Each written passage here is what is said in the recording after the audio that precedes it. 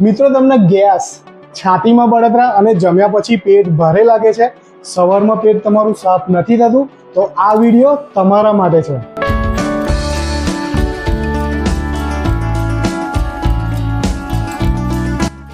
મિત્રો, ઘણા ટાઈમથી મને એસિડિટીનો પ્રોબ્લેમ હતો. મેં ઘણી બધી દવા કરી, પણ પછી મેં નિરાજ ચૂર્ણ વાપર્યું. નિરાજ ચૂર્ણ યુઝ કરવાથી મારી એસિડિટીનો પ્રોબ્લેમ સોલ્વ થઈ ગયો અને મારી બધી જ દવાઓ બંધ થઈ ગઈ.